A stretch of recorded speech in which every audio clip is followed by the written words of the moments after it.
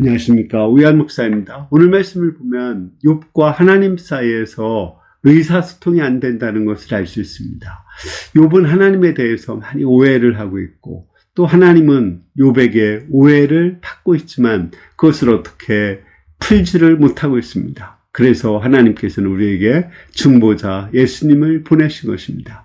오늘 말씀을 통해서 왜 우리에게 중보자 예수님이 필요한지 배우고자 합니다. 특히 우리가 고난 가운데 왜 중보자 예수님을 바라봐야 되는지 배우고자 합니다.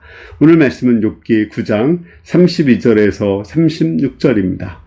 하나님은 나처럼 사람이 아니신즉 내가 그에게 대답할 수 없으며 함께 들어가 재판을 할 수도 없고 우리 사이에 손을 얹을 판결자도 없구나. 주께서 그의 막대기를 내게서 떠나게 하시고 그의 위협이 나를 두렵게 하지 아니하기를 원하노라. 그리하시면 내가 두려움이 없이 말하리라. 나는 본래 그렇게 할 수 있는 자가 아니니라.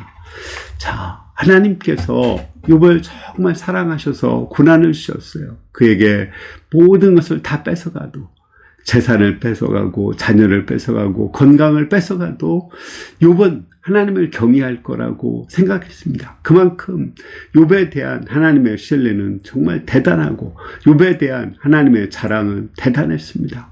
그러나 욥은 욥 편에서는 또 그 하나님을 전혀 알지 못했습니다. 자기는 너무 의롭게 살고 고난을 받을 이유가 없는데 왜 하나님께서 나에게, 의로운 나에게 고난을 주시는지 이해를 할 수가 없었습니다.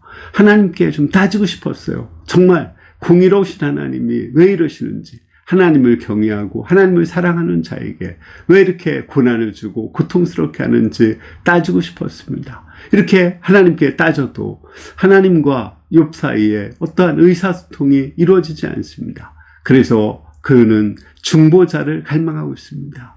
그 중보자를 통해서 하나님의 마음을 알고 싶었고, 또 하나님께서는 중보자를 통해서 하나님의 마음을 전하고 싶었습니다. 그분이 바로 예수님이십니다. 하나님께서는 예수님을 통해서 욥과 같이 고난받는 우리에게 정말 우리를 사랑하신다는 것을 알게 하셨습니다.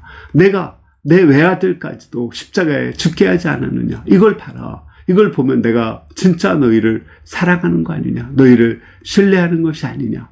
그리고 너희가 고난받는 것으로 끝나지 않고 고난 후에는 반드시 승리가 있고 영광이 있고 그 위에 하나님 나라에 들어갈 것이 아니냐. 그것을 예수님의 십자가와 부활을 통해서 보여주고자 하셨습니다. 또 우리의 인간편에서도 그 예수님의 십자가를 보면은 아무리 고통스럽고 이해할 수 없는 일, 또 불합리한 일 일어난다고 할지라도 예수님의 십자가를 보면은 하나님이 정말 나를 사랑하시는구나. 또 이 고난 후에는 반드시 승리가 있구나.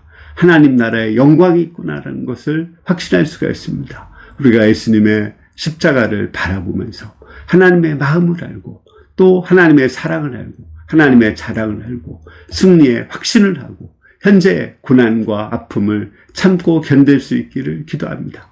이미 우리에게는 독생자 예수님이 오셨어요. 그런데 예수님이 오셨는데도 아직도 예수님이 안 온 구약시대의 욥과 같이 예수님을 바라보지 못하고 고난 속에서 욥처럼 하나님께 왜 이러십니까? 이렇게 하실 수 있습니까? 이렇게 따지는 분이 있습니다. 하나님의 마음을 이해 못하는 사람이 있습니다. 우리가 예수님을 보면서 하나님의 사랑을 알고 하나님의 주시는 승리의 확신을 가지고 고난을 잘 참고 견딜 수 있기를 기도합니다. 아멘. 감사합니다.